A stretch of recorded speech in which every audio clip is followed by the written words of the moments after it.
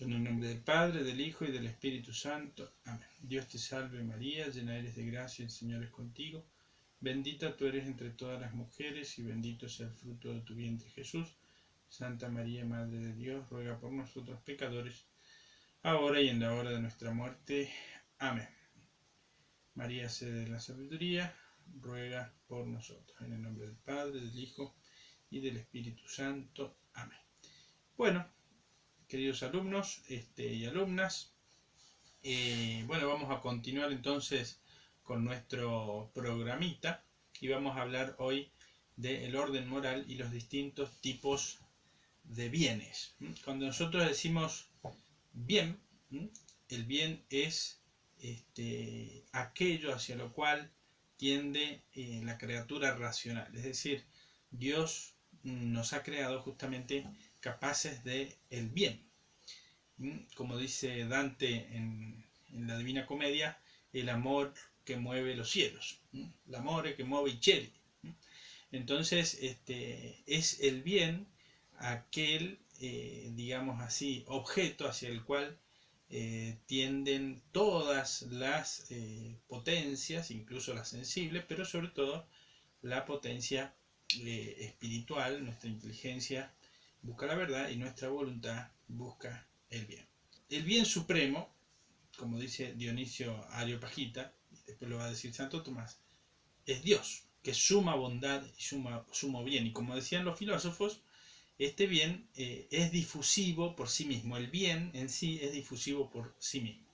Dios es sumo bien. Y de hecho se predica de Dios el bien por antonomasia. Dios principalmente y por sobre todo es bueno.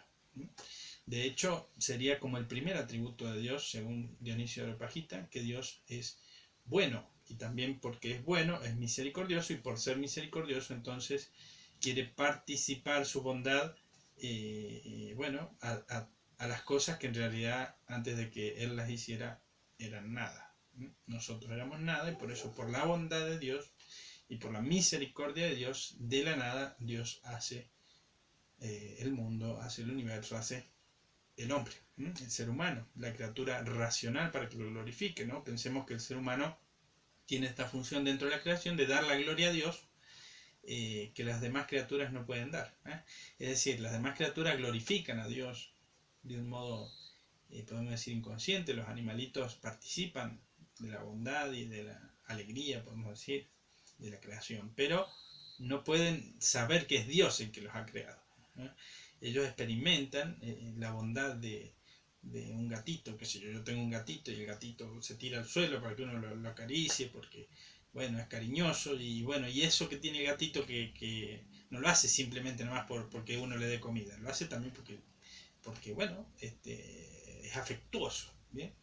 Entonces, las criaturas todas participan del bien, pero solo el ser humano puede referir el bien de todas las cosas a su causa, que es Dios, que es su creador. Por eso nosotros los seres humanos estamos llamados a glorificar a Dios. En la Santa Misa, que es una glorificación de Dios, Eucaristía significa acción de gracias a Dios. El hombre la ofrece en nombre de toda la creación y de toda la humanidad, el sacerdote. Bien. Entonces, hay una oración que es el Gloria. Gloria a Dios en el cielo y en la tierra, paz a los hombres que ama el Señor. Y que fue también lo que enseñaron los ángeles a los pastores cuando nació Jesús. Bien, gloria, se aparecieron esos ángeles, esos pastores, gloria a Dios en el cielo y en la tierra, paz a los hombres de buena voluntad. Por eso el ser humano está llamado a reconocer esa bondad de Dios que crea y esa bondad que se refleja en todas las criaturas. Todas las criaturas tienen algún vestigio de Dios. San Justino Mártir decía del verbo de Dios, del Hijo de Dios, porque vieron como dice el prólogo del Evangelio de San Juan, todas las cosas fueron creadas a través del verbo de Dios, también lo dice San Pablo en la carta de los Filipenses. Bueno, es decir, que Cristo de algún modo fue partícipe con el Padre y el Espíritu Santo en la creación, y entonces las cosas dicen los santos padres, San Justino dice, son un reflejo del verbo de Dios, que es Cristo también. Es decir, Dios cuando creaba el mundo contemplaba a su Hijo. Esta bondad de Dios, que se refleja en las cosas, tiene que reflejarse también luego en el alma humana. ¿Bien? Y entonces, como dice Santo Tomás, se puede decir del hombre justo que es el hombre bueno. El hombre justo es el que da a Dios lo que es de Dios y a los demás, a cada uno lo que le corresponde. Entonces vemos entonces que esta bondad de Dios debe reflejarse en la criatura racional también en su actuar. Y lo relacionamos esto con eso que dijimos, que el hombre debe ser semejanza de Dios a través de su actuar libre. El hombre es imagen de Dios por tener inteligencia y voluntad, tener libertad, poder conocer la verdad y el bien, y es semejanza de Dios porque realiza el bien proporcionado a su naturaleza y al llamado que le ha hecho Dios a su amistad. Bien, entonces la bondad del Creador se debe reflejar en el ser humano a través de su vida buena. Y para eso sirve la teología moral, hemos dicho, para vivir bien, para vivir según el orden puesto por Dios a los bienes, para hacer el bien proporcionado a su naturaleza y para evitar el mal, que en definitiva es una degradación de la voluntad del hombre, podemos decir, el ser humano cuando elige el mal se degrada, podemos decir, ¿no? Entonces hemos dicho que la plena libertad está en elegir libremente el bien, y que cuando el hombre elige el mal se hace en realidad esclavo del pecado, como dice Jesús. Bueno, Dios suma bondad, esta bondad se refleja en la creación, el ser humano tiene que referir esa bondad de la creación al Creador y debe glorificar a Dios, y eso por ejemplo es la Santa Misa, la liturgia, acción de gracias, el ser humano que en la liturgia, en la oración también glorifica al Creador. Pero también con toda la vida, como dice el Concilio Vaticano II, el ser humano debe glorificar a Dios, lo glorifica con su trabajo, lo glorifica con su vida de familia, cumpliendo con su deber de Estado. Bien. Y lo debe glorificar haciendo el bien, las buenas obras proporcionadas a su naturaleza humana y evitando el mal. Bueno, ¿cuál sería el orden de los bienes? Ya hemos hablado del bien supremo, que es Dios, y que las cosas participan de ese bien. Hay 3 grados del bien, podemos decir. Dios bien supremo es el bien honesto por excelencia. Pero luego en el bien que podríamos llamar participado o creado, entonces en primer lugar va a estar el bien honesto. ¿Y qué es el bien honesto? Que ciertamente está en completa relación está con el bien supremo, que es Dios. Pero el bien honesto ya en el orden participado y creado es, es la virtud, es los valores superiores del ser humano, la amistad, la justicia, la templanza, la misericordia, el perdón, el arrepentimiento. Todo esto son el bien honesto. Es decir, cuando el ser humano practica la amistad, la misericordia, la justicia, es justo, un hombre que es justo con sus súbditos, cuando el ser humano cumple con su deber de Estado, es un buen padre, un buen hijo, un buen hermano, cuando el ser humano sabe tener misericordia, sabe perdonar, bueno, de esta manera está cumpliendo el bien honesto. Todas las obras buenas que el ser humano realiza con inteligencia y voluntad. Bien honestos son todos los actos humanos buenos. Bien, una mamá que se preocupa por tener a su hijo bien alimentado, bien higienizado, preocuparse por su salud, por enviarlo a la escuela, por enseñarle a rezar. Todo esto son valores, los valores, lo que nosotros normalmente decimos como valores. Ese es el bien honesto. Y es al que debemos tender, ¿no es cierto? Es decir, nuestra vida humana debe estar orientada principalmente a conseguir el bien honesto, a tal punto que podría suceder que por causa de sostener el bien honesto nos veamos a veces privados de otro tipo de bienes, como puede ser el bien útil a veces, ¿no? Es decir, voy a poner un ejemplo un poco así como extremo, pero a veces, no sé, hay gente que trabaja en el ámbito de la salud, por ejemplo, y trabaja en una clínica privada y no le dejan hacer objeción de conciencia y le piden que haga un acto contra la moral, que puede ser el aborto, por ejemplo. Bueno, entonces esta persona decide renunciar a ese trabajo perdiendo el beneficio económico, etcétera, por no ir contra su conciencia. En general sabemos, por ahí después vamos a profundizar un poquito, que en el ámbito estatal se puede hacer la objeción de conciencia y no necesariamente debes perder tu trabajo, pero ciertamente te puede producir complicaciones. Entonces, por ese bien honesto, que es no cometer un crimen, puedes perder un bien útil, ¿no? O puedes perder tu trabajo, que es un valor que está por debajo en este caso, ¿no? También dentro del bien honesto hay jerarquía. Es verdad que podríamos decir tener un trabajo y sustentar la familia es parte del bien honesto, sí, pero en este caso hay un bien honesto que está por encima, que va a ser no atentar contra la vida de una persona y no ir contra la propia conciencia. Bien, ya vamos a ver luego también qué es la conciencia. Entonces, el bien honesto debe estar por encima. Luego vienen los bienes deleitables. El bien deleitable. ¿Qué es el bien deleitable? Es todo aquello que es objeto de nuestra sensibilidad y de nuestras pasiones ordenadas. O también podría ser el bien deleitable objeto de las pasiones desordenadas. Puede ser también, ¿no? Entonces, por ejemplo, bien deleitable es cuando uno tiene hambre, siente apetito por alimentarse y se alimenta y bueno, siente deleite por eso. O uno está cansado, descansa y bueno, siente deleite por descansar. Pero tiene que ver principalmente con dos apetitos fundamentales que tiene el ser humano, que uno es el de la alimentación y el otro el de la procreación. Entonces, el bien deleitable, que está por debajo del bien honesto, tiene que ver con conservar la salud, alimentándose, pero debe estar regulado en este caso por la sobriedad o la templanza. No, para no excederse, por ejemplo, en la gula o en el caso de la bebida, en la embriaguez. ¿Bien? O en el caso de la procreación debe estar regulado por la virtud de la templanza y, bueno, del contexto, como se sabe, dentro del matrimonio, ¿no es cierto? La procreación de los hijos. Bueno, debe estar regulado por la virtud de la templanza y debe estar también, y por la razón. Ambas cosas deben estar reguladas por la razón. Mientras no se puede vivir sin alimentarse, sí se puede vivir sin procrear.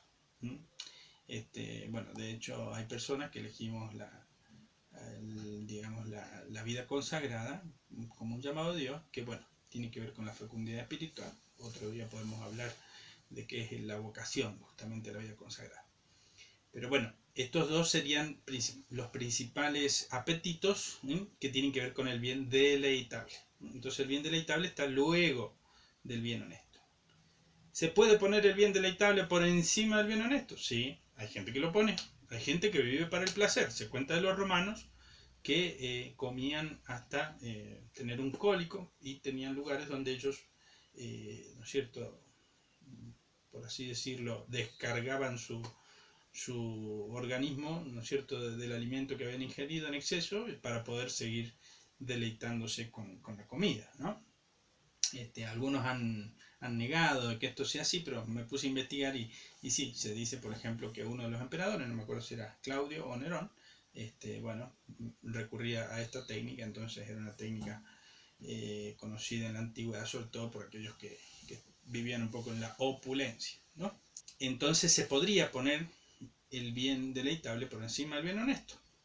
Cuando una persona comete adulterio, ciertamente está poniendo el bien deleitable por encima del bien honesto, porque el bien honesto dice que, bueno, que una persona, si es casada, debe respetar a su cónyuge, o se debe respetar el cónyuge o la cónyuge de otra persona, ¿no? Entonces, en ese caso, se estaría poniendo el bien deleitable por encima del bien honesto, ¿bien? Entonces, el pecado siempre a veces puede ser también invertir esta jerarquía de los bienes, ¿no? En otros casos, el bien deleitable está ordenado debajo del bien honesto. Bueno, es deleitable en un matrimonio, digamos, bueno, esos actos que conducen a la procreación, y sí, bueno, y está bien ordenado, y Dios lo ha querido también para el bien de los esposos y la familia, etc., ¿no? Es deleitable comer y es bueno comer comida con buen sabor y hace bien a la salud y a la psiquis, sí, bueno, entonces es algo bueno, pero en su proporción. Podría ser que uno comiera en exceso y se hiciera mal a la salud. ¿Ven? Entonces el bien deleitable debe estar ordenado en la jerarquía, luego del bien honesto. Y por último está el bien útil. El bien útil es, por ejemplo, esa tablet con la cual yo estoy grabando la clase. Entonces es un bien útil. Pero, por ejemplo, estaría mal si yo tengo un deleite sensible por mi tablet. Es decir, la tablet no puede ser objeto de deleite, sino que simplemente es utilizada como un medio. Bien. Por ejemplo, pueden conocer algún caso, aquellos que aman más a su auto que a su esposa o a su familia, no dejan comer a los chicos ni una galletita dentro del auto, que no le vayan a manchar, y lo tienen siempre pulido. Entonces uno dice, bueno, este ama más un bien útil que a su propia familia. Bueno, entonces no sé si se aplica perfectamente, pero es como para dar una idea. Es decir, el bien útil no puede reemplazar ni al bien deleitable y menos al bien honesto. Bien, estos son la jerarquía de los bienes y vamos a pasar entonces al punto siguiente, que son los elementos de la moral. Y los elementos de la moral, bueno, es prácticamente todo lo que está en el programa. Entonces vamos a tener la definición de la teología moral, las fuentes de la teología moral, que hemos dicho, la escritura, la tradición, el magisterio. Luego vamos a tener el acto humano, el acto libre, las fuentes de la moralidad del acto humano, objeto, fin y circunstancia. Vamos a hablar de la libertad y del libre albedrío, esta distinción. En moral también tenemos que hablar de lo que es opuesto al bien obrar, que es lo que se llama el pecado. Vamos a hablar del vicio, vamos a hablar de la virtud, vamos a hablar también de la ley de Dios, la antigua ley dada a Moisés, y la nueva ley, la ley evangélica, expresada en las bienaventuranzas y también en los consejos evangélicos, ¿no? Y bueno, y en la vida de Cristo y en las enseñanzas de Cristo y de los apóstoles. Y dentro también de la moral vamos a tener algunos aspectos de moral especial, y moral especial serían como subdivisiones dentro de la moral, por ejemplo, la bioética, es decir, la moral aplicada a la salud, a la vida humana, también la moral aplicada al ambiente, al medio ambiente. Y ahora está el tema también del cuidado del medio ambiente, la ecología, el deterioro de nuestro hábitat. Bueno, también tiene que ver con la moral, en el sentido que tiene que ver con la bioética, porque tiene que ver con la vida humana, las condiciones de vida. En moral especial se habla también de otros aspectos, como puede ser dentro de la bioética las adicciones, la vida naciente, la vida en su fase terminal, el diagnóstico prenatal, en los tratamientos médicos, lo que podría ser llamado el encarnizamiento terapéutico, hasta qué punto es conveniente dar un tratamiento o no. Bueno, y finalmente también el tema de la fase terminal, ¿no? Hasta qué punto se puede a una persona tratarla con analgésicos, tratarla con calmantes, ¿bien? Y el tema también de la fase terminal, los cuidados paliativos, y un tema también delicado que es el tema de la eutanasia, es decir, dar muerte a un enfermo terminal, bueno, cosa que es ciertamente moralmente inaceptable. Bien, estos serían como los elementos de la moral. Bueno, y pasamos al último punto de la unidad 1, las falsas concepciones sobre la moral, es decir, algunas visiones que no corresponden perfectamente con nuestra aproximación a la moral que hemos dicho a partir de la Sagrada Escritura, de la Sagrada Tradición y del Magisterio de la Iglesia. Vendrían siendo aproximaciones a la moral a partir de otra óptica que puede ser más sociológica, más psicológica, pero que desdeña o no tiene en cuenta, digamos, principalmente lo que venimos diciendo, los mandamientos de la ley de Dios, o también incluso la sana filosofía, podemos decir, ¿no? Bueno, el libro de Sada y Monroy, Curso de Teología Moral, en la página 19 nos habla de las falsas concepciones de la moral. Dice, buscando la concepción recta de la moral, resulta útil señalar desviaciones indicativas de excesos en sentido diverso. Sería un error pensar, por ejemplo, que el mensaje que Cristo nos trajo es el cambio de sentido de la moralidad, haciéndonos pasar del legalismo de la ley antigua a la disposición interior, que es lo importante de la época evangélica. La moralidad no estaría, por tanto, en un orden moral objetivo, sino en la interior disposición del hombre ante Dios. De esta concepción errónea surgen, tanto en el orden especulativo como en el práctico, las corrientes conocidas como la moral de actitudes, moral de situación y la nueva moral. Es decir, como si el Antiguo Testamento hubiese sido eh, preceptivo por la ley dada a Moisés, y el Nuevo Testamento sería interior, y por ser interior se desvincularía absolutamente de todo tipo de ley, podemos decir, ¿no? Entonces, bueno, tenemos por ejemplo esta moral de actitudes. Dice, esta desviación señala que lo importante es la actitud que habitualmente el hombre mantiene ante Dios y no sus actos aislados. ¿Vieron como decimos a veces los argentinos? Esta es una buena, no voy a decir la palabra acá, una buena chica, esta es una buena chica, se dice con otra palabra, ¿no? O este es un buen vago. Bueno, pero ser un buen vago o una buena chica no alcanza para, digamos, entrar al cielo, ¿no? O podría alcanzar, pero no es suficiente simplemente ese concepto de porque no mata, no roba, y saluda, no necesariamente va a ir al cielo, ¿bien? Es mucho más completo el ámbito de las virtudes ¿no es cierto? Y de la justicia, etcétera, para con los hermanos, para con Dios, etcétera. Para los autores que proponen esta moral de actitudes, lo realmente necesario es que el hombre adopte una opción fundamental de compromiso, de fe y amor por Dios. Los actos singulares no tienen relevancia y no hay que ya distinción entre pecado mortal y pecado venial. El cristianismo no es una moral sino una doctrina de salvación.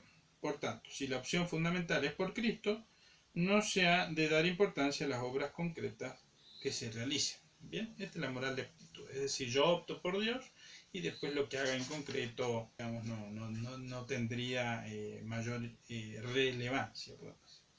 En segundo lugar, la moral de situación. Para la moral de situación, la bondad o malicia de la acción no viene dada por una ley universal inmutable, sino que se determina por la situación en que el individuo se encuentre.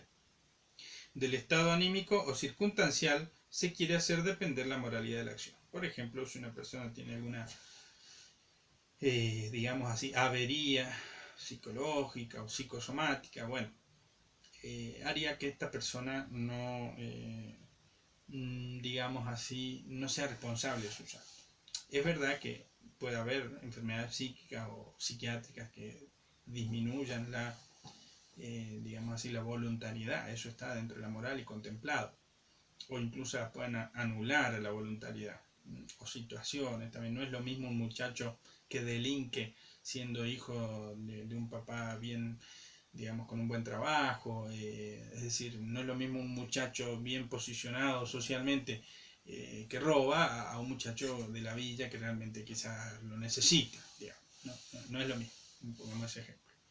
Pero no quiere decir que el muchacho de la villa no tenga ningún tipo de responsabilidad. Bien, porque probablemente tiene o podría tener otras opciones. Bien, ya vamos a ver luego concretamente los impedimentos a la voluntariedad, digamos, del acto humano. Eso lo vamos a ver después. Pero la moral de situación diría que, bueno, hay circunstancias en las cuales cada persona actúa así por circunstancias ajenas a ella y entonces nadie sería responsable de actuar mal, podemos decir, ¿no? Y la nueva moral, donde algunos autores consideran que la moral tiene como fin la realización del hombre y parecen olvidar o no tener en cuenta que tal realización solo es posible en la plena y libre identificación de su voluntad por amor con la voluntad divina. Para ellos el hombre solo existiría en su desarrollo histórico, que es en evolución continua. Es decir, cambian las épocas, cambia la cultura, cambia la sociedad, por consiguiente cambia la moral. Entonces no habría una moral perenne, podemos decir, ¿no? Por consiguiente, una nueva moral ha de fabricar sus normas concretas según las circunstancias, lugar y tiempo, Si un precepto impide en un caso concreto la felicidad del hombre y su incumplimiento no produce daño a nadie, saltarse esa norma no solo no será pecado, sino un acto virtuoso, ¿no? Por ahí he escuchado decir, bueno, si quieres fumar marihuana y no haces daño a nadie, fuma tranquilo. Bueno, pero si te haces daño a ti y luego eres incapaz de adquirir responsabilidades o de cumplir tu propia responsabilidad, porque a veces es un papá el que fuma marihuana y luego tiene problemas en su trabajo y afecta a la familia. Entonces no podemos decir a veces que fumar marihuana concretamente, por ejemplo, no embroma a nadie. Siempre va a ser un daño también para la sociedad si se trata de un daño en una persona. Bien, entonces bueno, estas serían tres modos de desviación de la moral, y bueno, nosotros vamos a estudiar la moral según el magisterio de la Iglesia y según la recta y sana filosofía.